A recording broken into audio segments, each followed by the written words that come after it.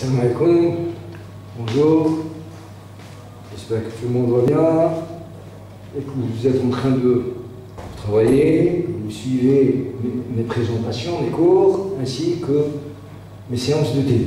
Je vais essayer d'achever la fiche de TD numéro 7, que vous avez déjà reçue avant le 12 mars 2020. Cette fiche de TD contient effectivement 10 exercices. La dernière fois, on a traité, on s'est arrêté au 8e exercice. On a traité le 7e et il me reste le 8e, le 9e et le 10e exercice à faire. C'est des exercices typiques, c'est des applications de la transformation de Fourier à la résolution d'équations intégrales, d'équations différentielles et aussi d'équations de dérivées partielles. Alors, d'abord, avant de commencer mon exo numéro 8, je vous demande de se rappeler quelques formules que nous avons établies dans les exercices précédents, ainsi que dans les exercices d'application du cours. La transformée de Fourier de l'exponentielle décroissante exponentielle moins alpha module de x. Rappelez-vous, c'est racine de 2pi alpha sur alpha 2 plus xi 2. Bien sûr, ici, alpha est un nombre réel strictement positif. Et à travers cette égalité, nous avons pu, dans l'un des exercices précédents, nous avons pu calculer la transformée de Fourier de 1 sur x2 plus alpha 2, où on avait trouvé ce résultat, racine de pi sur 2 exponentielle moins alpha module de xi sur alpha, avec alpha toujours strictement positif. Je vous ai aussi calculé la transformée de Fourier d'une gaussienne, exponentielle moins alpha x2, c'est 1 sur racine de 2pi exponentielle moins x carré sur 4 alpha, alpha toujours positif, et nous avons même remarqué que la transformée inverse d'une gaussienne, c'est exactement la transformée directe de la gaussienne, puisque cette fonction exponentielle moins alpha xi carré est une fonction paire. Donc c'est la transformée en ce point de la fonction au point x, c'est exactement la même valeur, seulement en faisant la dualité entre la variable de position x et la variable de fréquence xi. Rappelez-vous aussi, dans mon cours, j'avais établi qu'est-ce qu'une transformée de Fourier du translaté d'une fonction. Ça veut dire lorsque vous calculez la fonction en une variable x, plus ou moins une translation alpha. Ici, alpha, c'est un nombre réel quelconque.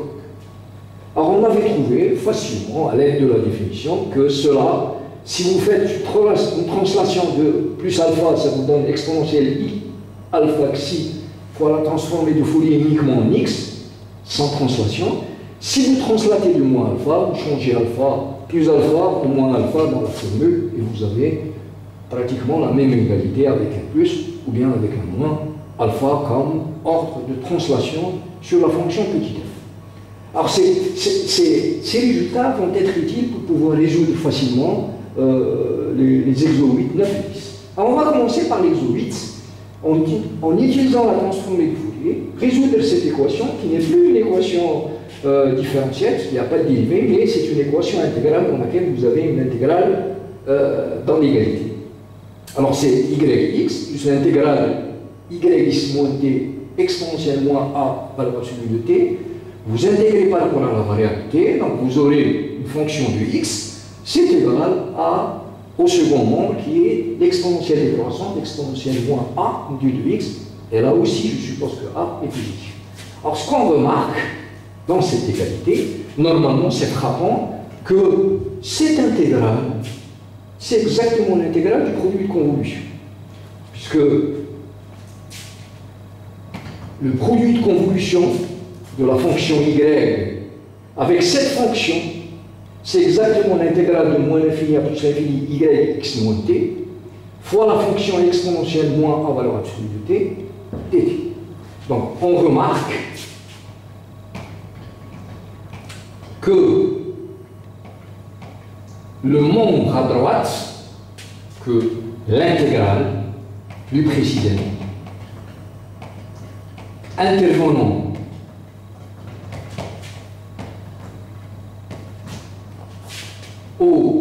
membre à la partie à droite,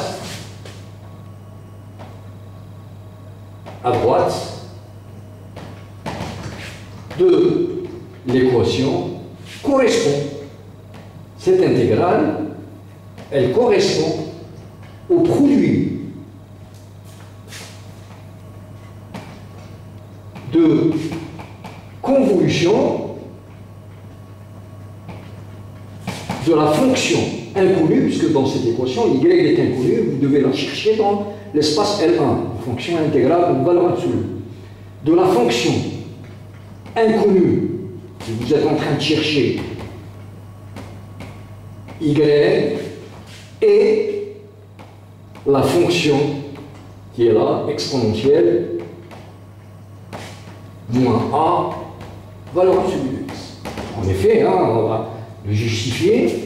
Si vous calculez y étoile, rappelez-vous la définition d'un produit de convolution, la fonction exponentielle moins a module de x, ça vous le calculez en x, eh ben, ce n'est que l'intégrale de moins l'infini à plus l'infini, la fonction y en x moins t, la seconde fonction en t exponentielle moins a module de t, dt. Donc vous voyez que vous intégrez par rapport à la variable t, il vous restera une fonction en x, puisque l'intégration va éliminer la variable t. Alors finalement, cette équation qui est là s'écrit, l'équation s'écrit d'une manière beaucoup plus simple. Y convolé, plus y de x, plus la partie intégrale, c'est exactement y, produit de convolution avec exponentielle moins a, valeur absolue de x, égale au second membre de l'équation qui est aussi exponentielle moins a, valeur absolue de x. Alors effectivement, on vous demande d'utiliser la transformée de Fourier pour résoudre cette équation. Or, je suis en train de chercher y dans L1. Donc cette fonction doit être dans l'espace L1. L'exponentielle moins a valeur absolue de x qui est à l'intérieur du produit de convolution et qui représente aussi le second membre de l'équation intégrale, il est dans L1. Et voilà sa transformée de Fourier en prenant alpha égale a. Donc ça c'est dans L1, y est dans L1. L'exponentielle est dans L1 et on a vu, on a dit que si deux fonctions sont dans L1, leur produit de convolution est aussi dans L1, donc vous avez le droit de calculer la transformée de Fourier à gauche de l'équation et à droite de l'équation, puisque tous les ingrédients ici, toutes les fonctions qui sont là, qui sont présentes dans cette équation, sont des fonctions de l'espace L1 et pour lesquelles j'ai le droit de calculer la transformée de Fourier. Donc j'applique, alors je vais effacer juste cette partie du tableau pour pouvoir trouver l'espace. Alors qu'est-ce qu'on fait? On va appliquer, appliquant la transformée de Fourier, la TF, aux deux membres de l'équation. Là, aux deux nombres, deux côtés de notre équation. Alors, on a deux points, vous avez f, je vais enlever la variable y, la variable x, plus y étoile exponentielle moins a, valeur absolue de x, égale f de la même exponentielle moins a, valeur absolue de x. Et tout cela, je le calcule à droite et à gauche sur la variable duale xi. Or, justement, nous savons que la transformée de Fourier est une opération linéaire. Donc la transformée de la somme, c'est la somme des transformées. Donc j'obtiens f de y en xi plus f de y étoile exponentielle moins a, valeur absolue de x en xi égale au second membre, il ne faut pas le toucher, f de exponentielle moins a, valeur absolue de x, en xi. Mais rappelez-vous, on a dit que, puisque les deux fonctions y et exponentielle sont dans L1, le produit de convolution est dans L1, cette transformée de Fourier existe, et nous avons établi la formule qui donne la relation entre f de y égale une fonction L1 avec le f de y et le f de l'autre fonction. On avait dit que c'est f de y, je le rappelle,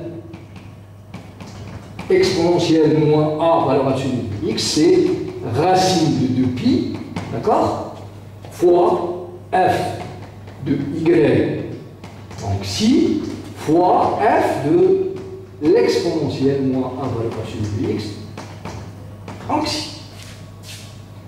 Donc si je remplace cette égalité dans l'équation de tout à l'heure, j'aurai f de y en xi plus f du produit de convolution, c'est racine de 2pi f encore une fois de y xi, qui devra être un facteur commun, f de l'exponentielle moins a valeur absolue de x en xi, et ça donne la transformée du Fourier de la même fonction en xi. D'accord? Donc finalement, j'obtiens, je vais l'écrire ici, on obtient f de y en facteur, f de y en xi en facteur, de quoi? Donc vous avez 1 plus racine de 2pi, f de l'exponentielle moins a valeur absolue de x en xi égale f de l'exponentielle moins a valeur absolue de x, toujours en xi. Je rappelle que le y est la fonction inconnue, donc f de y en xi, c'est le quotient, c'est f de l'exponentielle moins a valeur absolue de x en xi, divisé par 1 plus racine de 2pi, f de l'exponentielle moins a valeur absolue de x, le tout en xi. Ok? Voilà. Or, justement, je connais cette transformation de Fourier de l'exponentielle décroissante.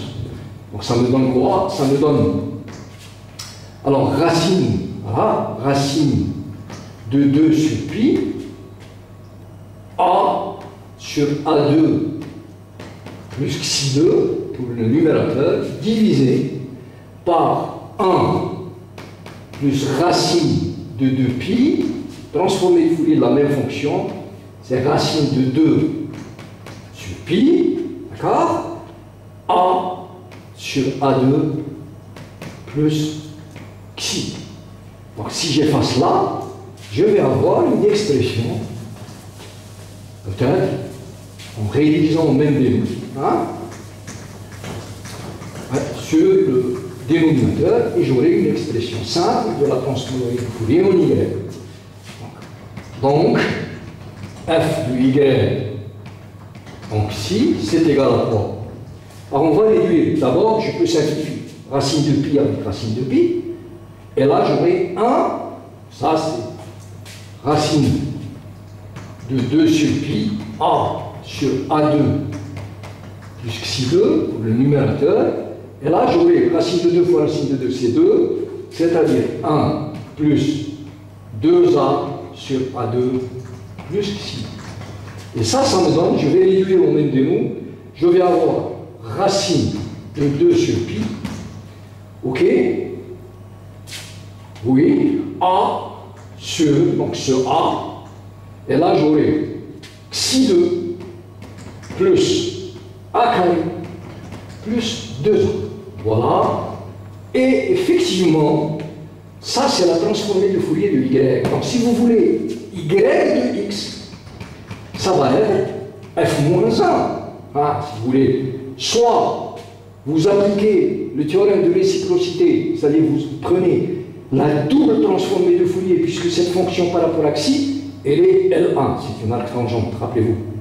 Soit vous calculez la transformée de Fourier inverse de cette fonction. Donc c'est comme vous voulez. Par exemple, on peut calculer la transformée inverse. J'obtiens f moins 1 racine de 2 sur pi, a sur xi2 plus alpha carré avec, donc je ferme la collage, avec alpha carré, ici, c'est A2 plus 2. Rappelez-vous que la constante A est strictement positive, donc le A carré est positif, Le 2A est positif, la somme est positive. C'est pour cela que je le prends sous forme d'un carré avec alpha, bien sûr. Ici, c'est la racine du nombre positif A carré plus 2A. Je l'ai écrit sous la forme d'un carré pour avoir justement une formule de ce type-là.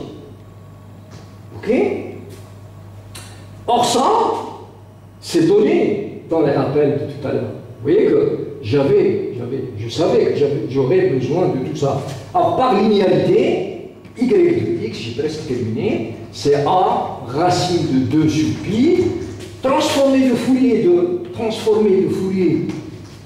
moins 1, ça je dois peut-être l'expliquer davantage, sur xi2 plus alpha 2, mais ça, c'est transformé de Fourier inverse, en fait, n'est que la transformée de Fourier direct en x, n'est que la transformée directe en i en moins x, parce que c'est quoi la transformée de Fourier inverse? C'est 1 sur racine de pi, cette fonction fois l'exponentielle plus i x xi, et vous intégrez par rapport à xi. Alors si vous voulez faire apparaître la transformée directe, c'est plus i doit devenir moins i, donc exponentielle plus i x xi, je mets un moins devant le i, mais je dois rattraper ce moins, parce qu'en fait j'ai plus, dans moins x au lieu de prendre les x. Donc ça va être la transformée de Fourier. Ça, ce n'est que f de la même fonction. Elle ne bouge pas cette fonction. C'est la variable qui va prendre la valeur moins x. Or justement, ça j'ai, sans oublier la constante a racine de 2 sur pi fois la transformée de Fourier de cette fonction. Or, ceci, c'est a racine de 2 sur pi, la transformée de cette fonction. Bon, bien sûr, là, je joue sur le x à la place du xi et le xi à la place de x. C'est racine de pi sur 2. Peut-être je l'écris en bas, puisque je risque bien à côté. Je risque de déborder. Ça, c'est a racine de 2 sur pi. La transformée directe, elle est là, c'est racine de pi sur 2, exponentielle, donc exponentielle moins alpha, le alpha c'est ça, donc exponentielle moins racine de a carré plus 2a sur alpha racine de a carré plus 2a. D'accord? J'ai appliqué cette formule avec alpha égale la racine de a carré plus 2a. Donc je simplifie ça, c'est l'inverse de celui-là. Donc c'est a sur racine de a carré plus 2a exponentielle moins la racine de a carré plus 2a. C'est bon? Il faut croire que le résultat est correct. Ok?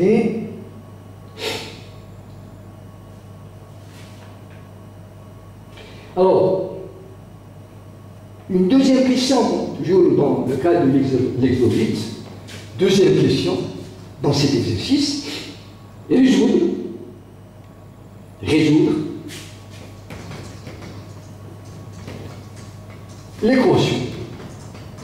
C'est quoi cette équation? C'est une équation simple, intégrale, toujours. Alors, f de t sur x moins t au carré plus a carré égale 1 sur x carré plus b carré, avec, en supposant que a est positif, plus petit que b, d'accord? Ok? Et f, c'est la fonction de L1 qu'il faut chercher. Donc, il faut résoudre cette équation, bien sûr, dans l'espace L1. Alors,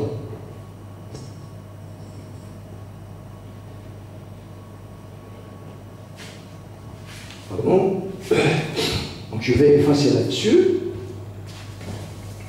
et on va résoudre cette équation. Alors, ce que je peux remarquer, comme tout à l'heure, c'est que cette équation, ce n'est qu'un produit de convolution. directement l'intégrale.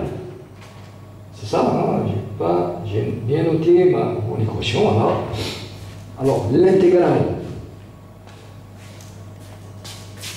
de moins l'infini à plus l'infini, f de t sur x moins t au carré plus alpha carré dt, pas oublier le dt, n'est que, vous voyez que, n'est que f convolé avec la fonction 1 sur, ici c'est a carré, x carré plus a carré en x. En rappelant, qu'est-ce qu'un produit de convolution? C'est l'intégrale de la fonction qui est là au point t, f de t, fois la fonction qui est là, la deuxième fonction, au point x moins t. Si je remplace x par x moins t, j'aurai 1 sur x moins t au carré plus a carré. Donc finalement, l'équation donnée prend une forme maintenant plus simple. C'est écrit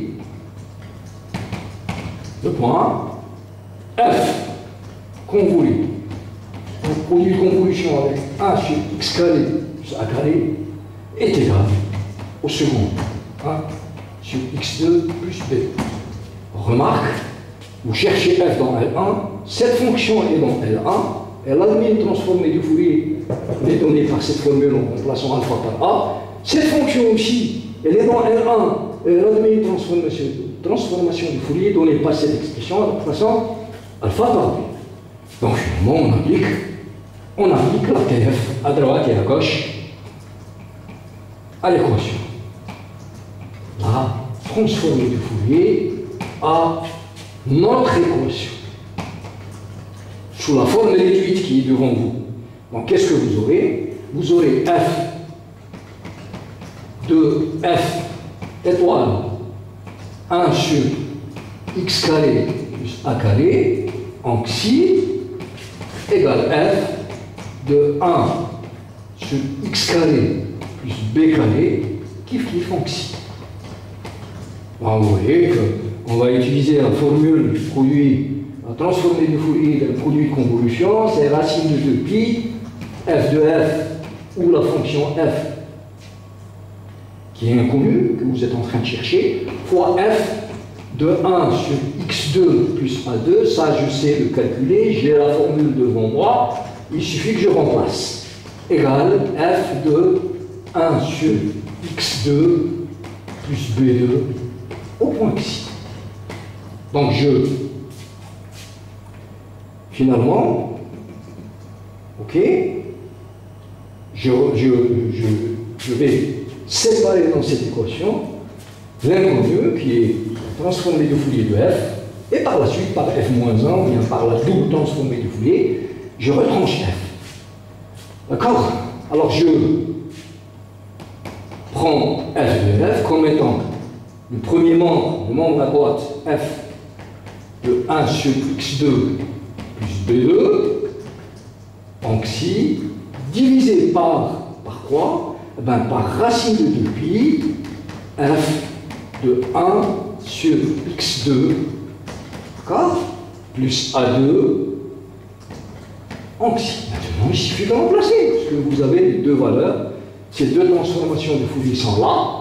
Au numérateur, alpha c'est b, au dénominateur, vous prenez alpha c'est a, et vous aurez votre résultat. Donc ça fait racine de pi sur 2, d'accord? Exponentielle moins b, module de xi, sur b, alpha ici c'est b, là, racine de 2pi, racine de pi sur 2, exponentielle moins a, module de xi, divisé par a. Donc il y a des termes qui se simplifient. Alors qu'est-ce qu'il me restera? Il me restera f de f, bien sûr, donc xi, il ne faut pas l'oublier, c'est quoi? En simplifiant, j'aurai 1 sur racine de 2pi, le terme constant, et si je vous aurai a sur b, d'accord? A sur b, et exponentielle moins b. Alors là, cet exponentiel qui est au démo, si vous le mettez au numérateur, il devient exponentiel plus 1 module de xi. Donc ça fait moins B, moins A, module de xi. Je vais le régler pour que ça soit plus clair et plus lisible. Voilà. Donc finalement, la fonction f en x, c'est quoi? C'est 1 sur racine de 2pi, a sur b, f moins 1 de cette exponentielle, exponentielle moins b moins a, module de xi, en x. Or, je vous ai dit tout à l'heure, pour passer de f moins 1 à f, il suffit de remplacer x par moins x, en faisant cette petite gymnastique à l'intérieur de l'exponentielle complexe, exponentielle plus ix xi, vous écrivez exponentielle moins moins x xi. Vous aurez une transformation de Fourier directe. Bon, je peux l'écrire à côté, hein, c'est égal, je termine ici. Et là, vous aurez directement votre résultat sans aucun problème. Donc ça, c'est égal à 1 sur racine de 2pi, a sur b, f, transformé direct maintenant, exponentielle moins b moins a, module de xi, mais au lieu de calculer ça en x, vous allez le calculer en moins x. C'est ça qui permet d'échanger f moins 1 en f. Et ça, vous savez le calculer. Il est là. Prenez alpha égale b moins a. Donc vous aurez 1 sur racine de 2pi, a sur b, alpha c'est b moins a, il ne faut pas oublier racine de 2 sur pi, b moins a, à ne pas oublier, sur x carré, puisque vous avez. Donc en fait sur moins x au carré, or moins x au carré n'est que x carré plus alpha carré, c'est-à-dire plus b moins a de tout au carré. Donc il y a des choses qui se simplifient. Ben, racine de 2 avec racine de 2, racine de pi fois racine de pi, donc ça fait a b moins a sur racine de pi fois racine de pi, c'est pi, et vous aurez 1 sur x2 plus b moins a au carré. C'est ça votre fonction f de x que vous êtes en train de chercher comme solution possible de l'équation que je vous ai donnée dans la deuxième question de cet exercice. Donc voilà, ceci achève l'exo 8. On passe directement à l'exo 9.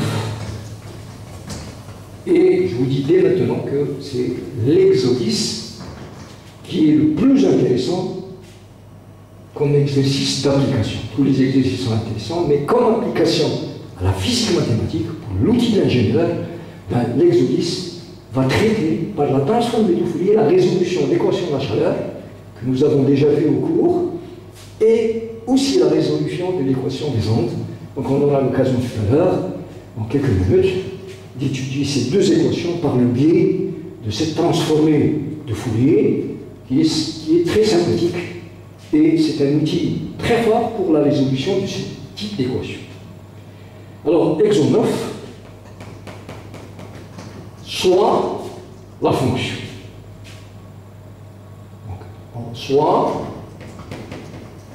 la fonction f de x, en fait je vais l'appeler g de x dans l'exercice, c'est 1 plus x si x est dans moins 1, 0, 1 moins x si x est dans 0, 1 ouvert et 0 à l'extérieur, c'est-à-dire ailleurs. Voilà. Alors, première question, calculer la transformée de Fourier de G. Alors pour cela, je vais tout d'abord garantir que cette transformée de Fourier existe. Et je vous ai dit qu'il est suffisant. Ce n'est pas nécessaire, mais il est suffisant, ça suffit. Si vous arrivez à montrer que votre fonction G dans L1, automatiquement, sa transformée de Fourier existe. Elle est définie par ce que nous avons défini comme transformée de Fourier d'une fonction. Alors, traçant cette fonction G, Alors je me place dans la droite réelle. J'ai en fait là que des valeurs positives. Hein. Alors vous avez deux points spécifiques dans cette définition, c'est le point -1 et le point 1, ainsi que le point 0. Ok? Alors, sur l'intervalle -1, 0, vous avez une fonction 1 plus x. Pour x égale -1, vous avez la valeur 0. Pour x égale 0, vous avez la valeur 1. Et c'est un segment de droite qui est croissant. Donc ça fait exactement cette partie de la droite 1 plus x. Sur l'intervalle 0, 1, c'est un segment d'une droite décroissante à cause du moins qui est là. Au point x égale 0, c'est toujours 1. Au point x égale 1, c'est 0. Donc c'est ce point-là. Et vous avez un segment de la droite 1 moins x décroissant. Et à l'extérieur, bien sûr, j'ai écrit de couleur, à l'extérieur, vous avez la fonction nulle comme ça. Ok? Voilà G. On dit que G est une fonction triangle. Elle symbolise, elle dessine, elle schématise la forme d'un triangle. D'accord? G est la fonction triangle. Toute fonction de ce type-là porte ce nom, puisqu'elle a la forme d'un triangle concernant son graphe. Alors, G, bien sûr, c'est une fonction de L1. Comment on va intégrer moins l'infini en plus l'infini? Module de G de x, dx. Or, justement, ce que je remarque dans ce dessin, c'est qu'il y a une symétrie dans le graphe de la fonction g par rapport à l'axe des y, l'axe des ordonnées. Alors, toute fonction qui a une symétrie dans son graphe par rapport à cet axe des y est une fonction paire. Et l'intégrale d'une fonction paire n'est que deux fois la moitié de l'intégrale sur le demi-intervalle, donc 0 plus l'infini, module de g de x, dx. Et ça fait quoi? Ça fait 2. Bien sûr, de 0 à plus l'infini, vous voyez que votre fonction de 0 à plus l'infini, en fait, va uniquement de 0 à 1. On va l'absolu de 0 à 1, c'est 1 moins x, dx, plus l'intégrale de 1 à plus l'infini, alors vous intégrez 0, ça vous donne 0. Or, justement, la fonction 1 moins x entre 0 et 1, si x est compris entre 0 et 1, 1 moins x est toujours positif. Donc, vous n'avez pas besoin de mettre la valeur absolue, vous pouvez m'enlever sans courir de risque. Donc 1 moins x dx, et ça fait 2 fois l'intégrale de 1, c'est x, moins x carré sur 2, entre 0 et 1. Ce qui vous donne 2 fois 1 moins 1 demi. Ça fait 1 demi fois 2, ça fait 1. Donc c'est une quantité finie, et cela montre effectivement que votre fonction est une fonction L1. Si elle est L1, elle a le même transformé de Fourier, c'est-à-dire que cette fonction triangle, on va lui calculer sa transformée de Fourier f, g, x en la variable de fréquence xi, par définition. Donc là, vous avez le choix des rois, soit calculer directement, soit se rappeler que cette fonction est une fonction L1, est une fonction paire. Donc c'est racine de 2 sur pi, 1 sur racine de 2pi fois 2, ça fait racine de 2 sur pi. L'intégrale de 0 à plus infini, c'est une transformée de Fourier cosineuse, donc g de x, cosineuse x xi, et vous intégrez par rapport à la variable x. Or ça, c'est racine de 2 sur pi, l'intégrale de 0 à 1, puisque au-delà de 1, la fonction est nulle.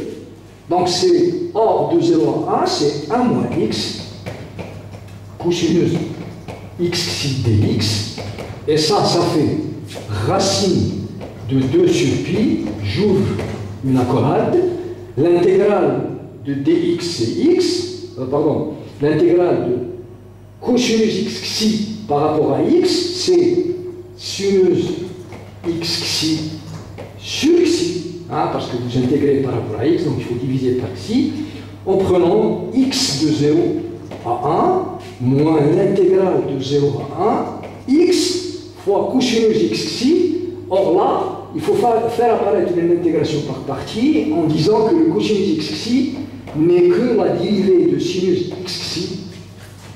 Ok?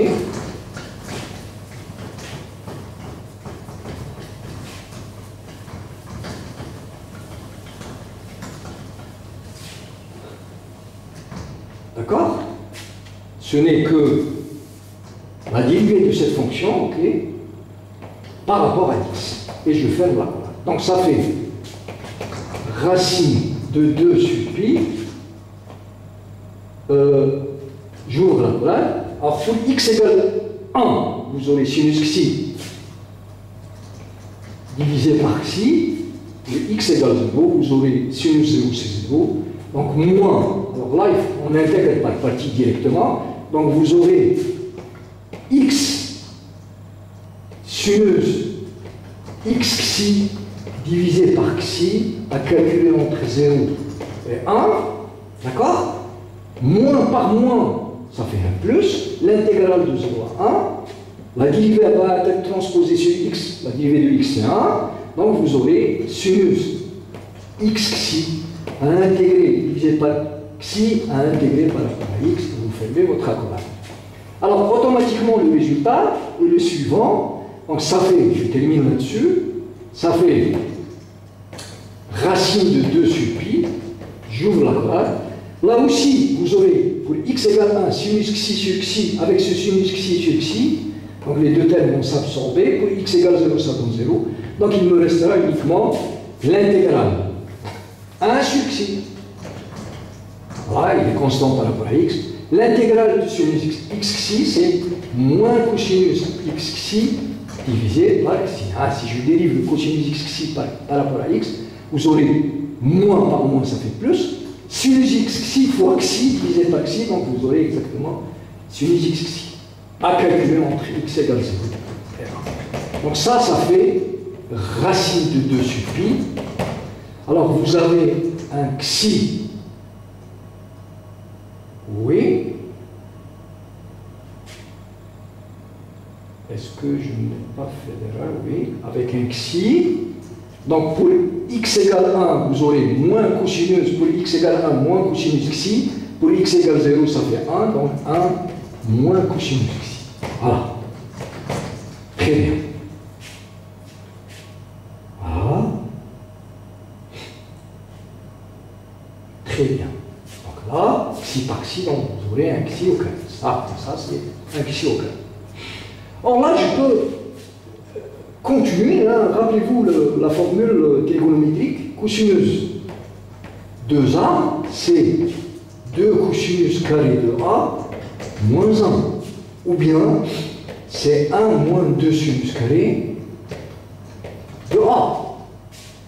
Donc si vous calculez 1, je mets le cosinus 2a du côté droit, moins cosinus 2a, ça me donne 2 sinus carré de a. C'est-à-dire, si j'applique cette formule pour xi égale 2a avec a, c'est xi sur 2, j'aurai 1 moins cosinus xi, c'est 2 fois sinus carré xi sur 2. Donc, la transformée de Fourier de géant xi peut s'écrire finalement sous la forme de racine de 2 sur pi, ce 2-là, sinus carré xi sur 2 divisé par xi carré. Voilà votre transformée de Fourier de la fonction g, que je ne vais pas effacer parce que j'aurai besoin tout à l'heure de ce résultat, je pense, pour terminer mon exercice. Donc voilà la réponse à la première question de l'exo numéro 9. Alors la deuxième question, qu'est-ce qu'elle demande? Deuxième question, il demande soit, question 2, soit f de x, la fonction qui vaut 1, la fonction porte, si x est donc moins 1, 1, et bien sûr 0 ailleurs. Donc on a eu l'occasion de calculer, on a vu que cette fonction f est dans L1, de n, parce que là, on vous demande d'abord de calculer la transformée de Fourier de f. Donc on sait, on a déjà fait ce calcul en maintes reprises, ça ne fait rien, je vais recalculer cette transformée de Fourier. C'est une fonction de L1, puisque l'intégrale de moins l'infini à plus l'infini, c'est l'intégrale de moins 1 à 1, donc ça vous donne une intégrale égale de qui est finie. Et automatiquement, vous avez le droit de calculer la transformée de Fourier de f en x par rapport à la variable de fréquence xi. Ça donne 1 sur racine de 2pi, l'intégrale de moins l'infini, je rappelle toujours la définition pour qu'il n'y ait pas de confusion, et par la suite je remplace en fonction de la valeur de la fonction f de x. Donc f de x exponentielle moins i xi, et vous intégrez par rapport à f. Ok? Or, votre fonction, à l'extérieur de l'intervalle moins 1, 1 est nulle, donc c'est 1 sur racine de 2pi, l'intégrale de moins 1 à 1, exponentielle moins i xi, et vous intégrez par rapport à x. D'accord? Puisqu'elle vaut 1 dans cet intervalle, et elle vaut 0 à l'extérieur du même intervalle. Donc là, ça fait 1 sur racine de 2pi. Alors, exponentielle moins i xi, lorsque vous l'intégrez par rapport à x, ça vous donne la même exponentielle divisée par moins le rapport i xi à calculer entre x égale moins 1 et 1. Et ça va vous donner quoi? Je le termine juste là. Donc f de f en xi directement, c'est 1 sur racine de 2pi, exponentielle, là, vous avez un moins, il ne faut pas l'oublier. Lorsque vous remplacez x par 1, vous aurez exponentielle moins xi. Lorsque vous remplacez x par moins 1, vous aurez exponentielle plus xi. À cause de ce moins ici, je peux transposer, donc j'aurai exponentielle xi moins exponentielle moins xi divisé par xi. Le moins, je l'ai utilisé pour transposer ces deux termes. Or, justement, là, je me rappelle une formule trigonométrique. Donc, je laisse la transformée de Fourier de G. Je rappelle que exponentielle iθ moins exponentielle moins iθ sur 2i, c'est exactement sinus θ. Alors, si j'utilise θ comme étant la variable xi, j'aurai, donc finalement, je dois multiplier et diviser par 2 pour faire apparaître le 2i. Donc là, j'aurai 2i, et la transformée de Fourier de f en xi, c'est quoi? C'est racine, donc 2 sur racine de 2pi, de 2 sur pi, d'accord? Et là, vous aurez sinus xi divisé par xi. Voilà votre deuxième transformée de Fourier. Ok? Alors, comme question suivante, donc, calculer la transformée de Fourier de f, c'est ce que nous avons fait, en déduire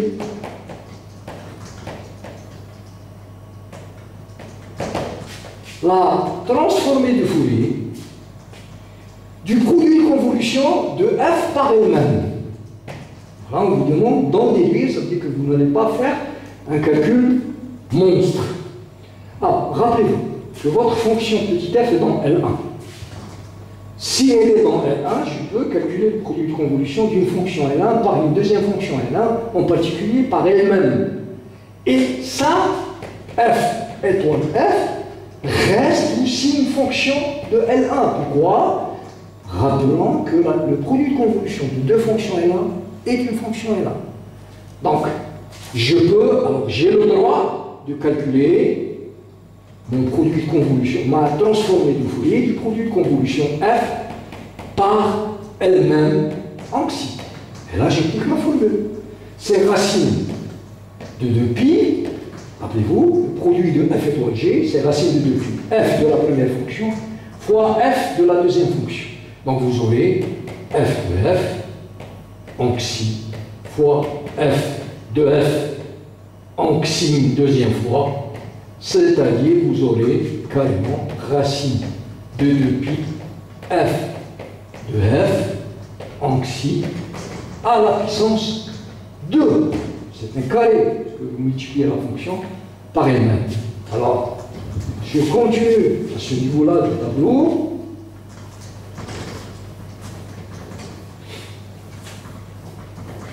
Donc, vous aurez f de f étoile f, c'est quoi? C'est racine de 2pi fois le carré de la transformée de Fourier de f qui est là. Donc, racine de 2 sur pi, sinus xi sur xi au carré, et ça va vous donner racine de 2pi, 2 sur pi. D'accord? Ok, sinus carré de xi sur xi carré. Donc ça vous donne une expression qui ressemble un peu à celle-là. C'est pour cela qu'on va essayer de trouver le lien entre ce produit de convolution et la transformée de Fourier de la fonction g que nous avons calculée tout à l'heure. Or là, je peux arranger un peu cette formule. Donc vous avez racine de pi sur pi, ça fait 2, racine de 2 sur pi, on a sinus carré de xi sur xi carré, c'est ça, la transformée de Fourier du produit de convolution de f par elle-même au point xi, toujours, bien sûr. Voilà un petit calcul, vous voyez que nous avons déduit ce résultat directement à partir de la formule qui donne la transformée de Fourier du produit de convolution. Alors maintenant, on vous demande, comme troisième et dernière question, exprimer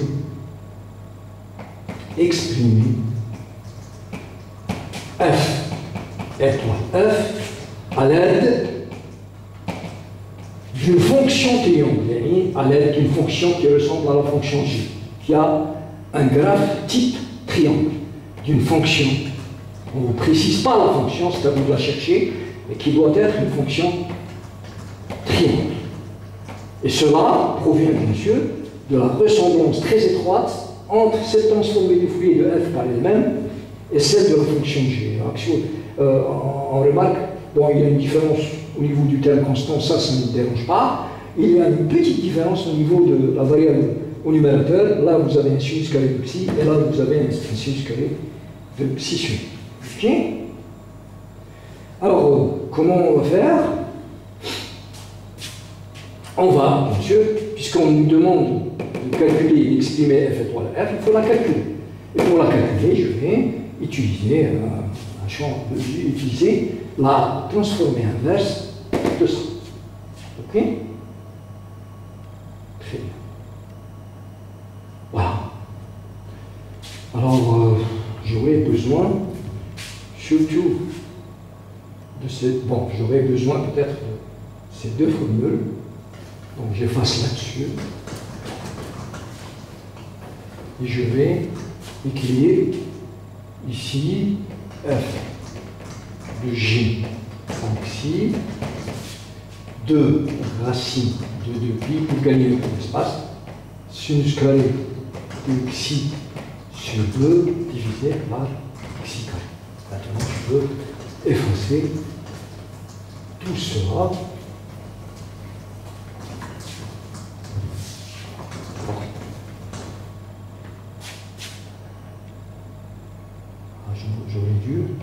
J'avais trouvé f étoile f donc si voilà, j'ai effacé, c'est dommage. Donc, je reprends ce calcul, c'est rien, hein, c'est racine de 2pi f de f au carré, donc c'est 2 sur pi sinus carré de xi sur xi carré, donc ça fait 2 racine de 2 sur pi sinus carré de xi sur xi carré. Alors, f étoile f, c'est quoi? C'est 2, c'est f moins 1. Si je veux avoir f étoile f, j'applique f moins 1 à cette expression. Donc j'aurai f moins 1 de f étoile f, c'est f étoile f, égale f moins 1 du second nombre de 2 racine de 2 sur pi sinus carré le xi sur xi carré. D'accord? Et ça donne 2 racines de 2 sur i, puisque f moins 1 a les mêmes propriétés que f, elle est linéaire. Donc j'aurai, bien sûr ici en x, d'accord? Donc je peux l'écrire, hein, je peux écrire que laissant f moins 1 pour que je peux vous montrer le processus de tout à l'heure en passant de f moins 1 à f, en échangeant i en moins i, je l'utilise ici, hein, pour vous éclaircir un peu plus.